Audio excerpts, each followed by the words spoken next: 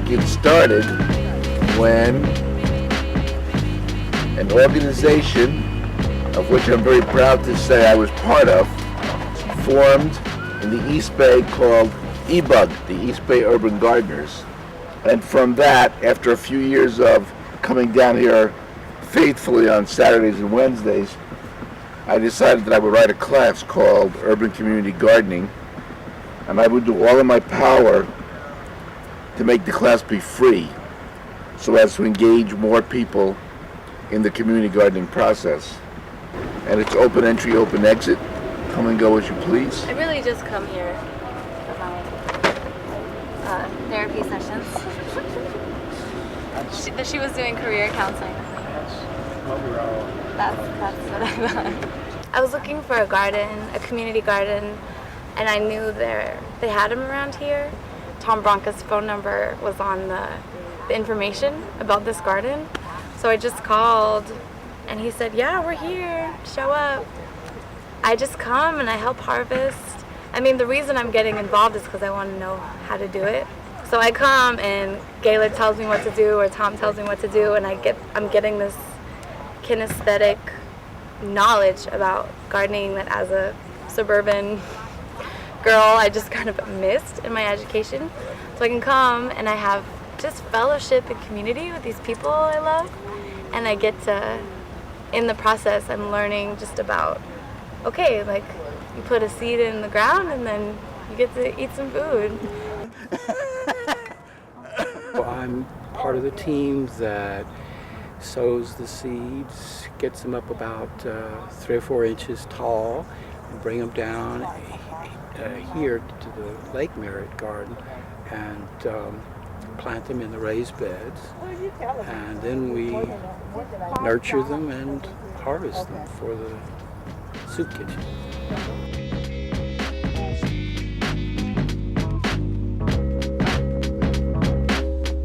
The lettuce in the flat comes from sprinkling little seeds all over and then putting a little layer of soil on top, watering it, and then they come up as you see here. And then what they call pricking out. And I'm using a fork to tease out the lettuce, and then you just take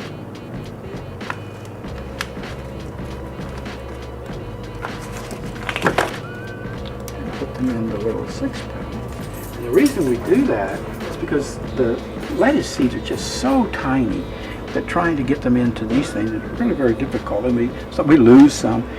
Whereas this we get almost 100% productivity. And if I'll just show you here, see there's the 6 that we put in, and there's the 6 ready to go.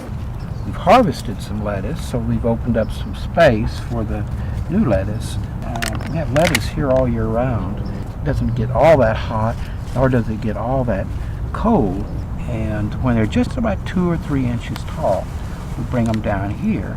Our philosophy of how close we plant, they say, try to keep the sun from hitting the ground, which means try to get it as close together so that it can grow, but that we don't have any wasted space.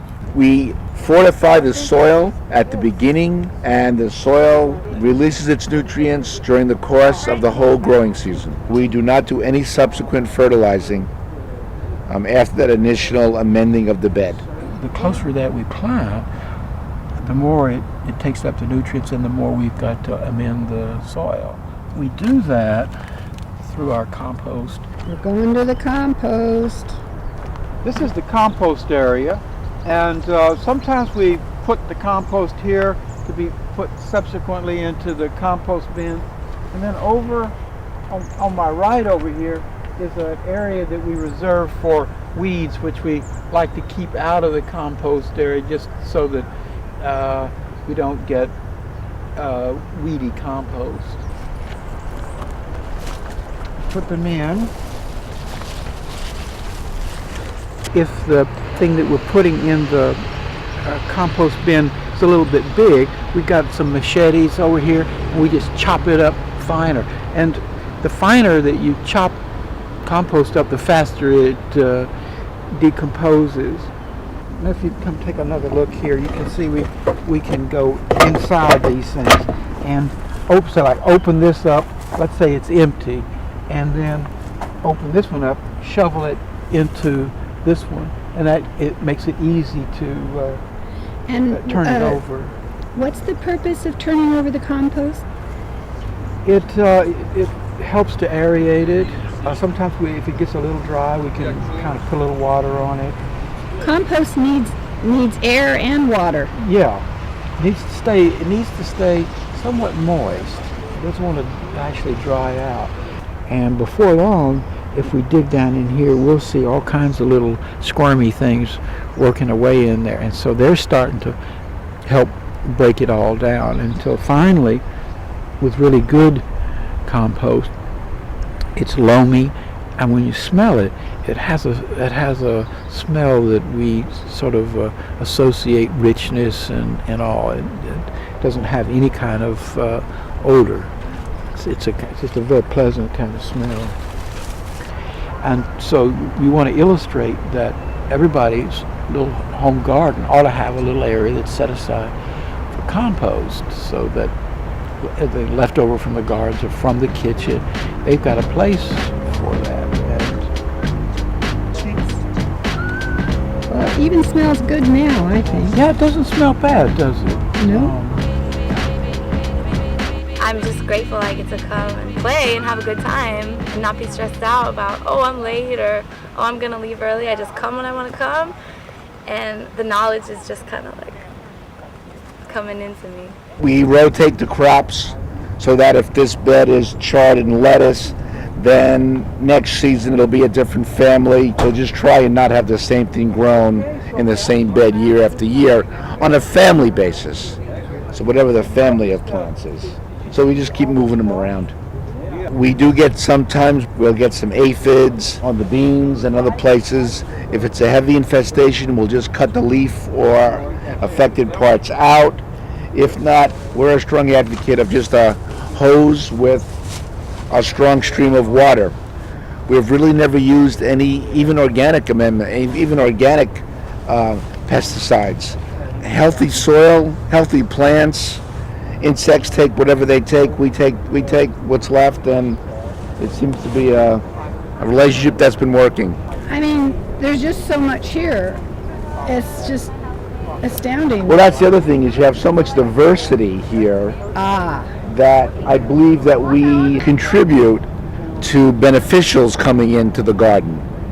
Between the flowers that surround the garden and the diversity of plants that we have here, it sort of seems that somehow this garden has struck a balance between what is good that comes in and what likes to eat things, and I don't know if it's just dumb luck, but whatever it is, it's worked for us. You direct the squash in a way so that there's an area for new stuff.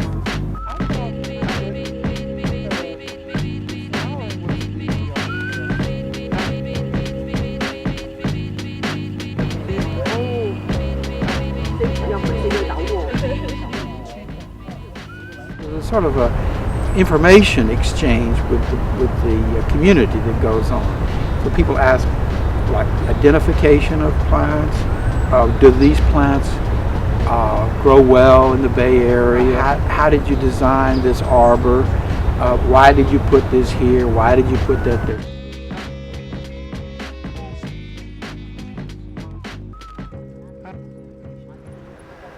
We have decided to convert some of the vegetable gardens up at the college to be included in this project under the leadership of Gaylord over there.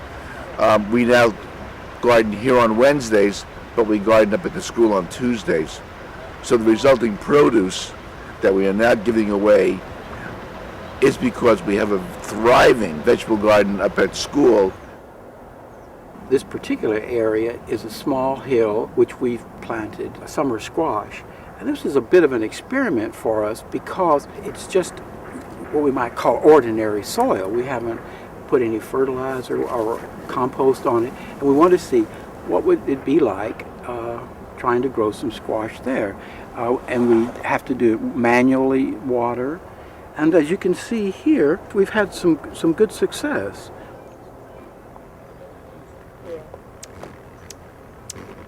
I just helped out with this garden and the garden at the lake.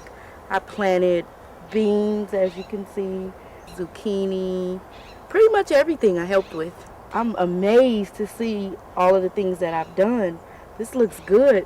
What I like best about the urban community garden was the people. They made me feel welcome. When I didn't know something, they were very helpful.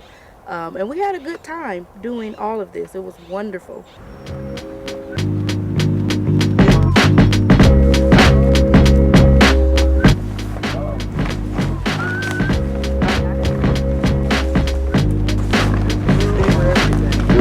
Good.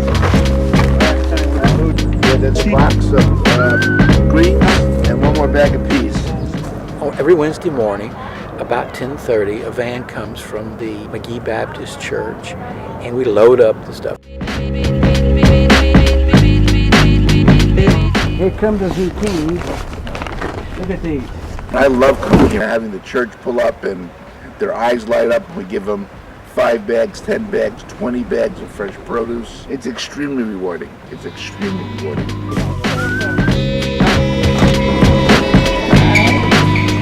Like these collard greens here, oh, these are nice. What do you do with the greens? Do I look like I have a smile on my face? I put a little salt pork in there, you know, salt meat or whatever, and that's where you get your seasoning from. And, you know, keep it on a low fire and just let it cook low and, you know, and be patient. And it'll come out so tender.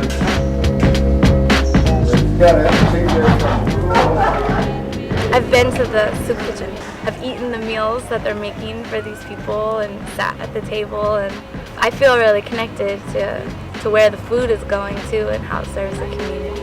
And it's just right down to, are we getting the food on the table? And there's some kind of sense of everybody's contributing to that, and there's that kind of connection from the seed right the way to the prepared food on the table.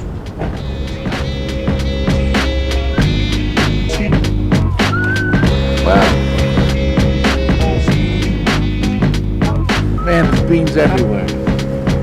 As I learned about how to garden, I also learned there are all of these urban people who want to hang out and throw gardening parties and like get something established around Berkeley and Oakland. So it was doubly beneficial for me. So I see it as a transitory phase in a student's life as far as learning what can they grow, because this garden is productive 12 months of the year. Engaging the community, they see that there is fresh produce 12 months of the year.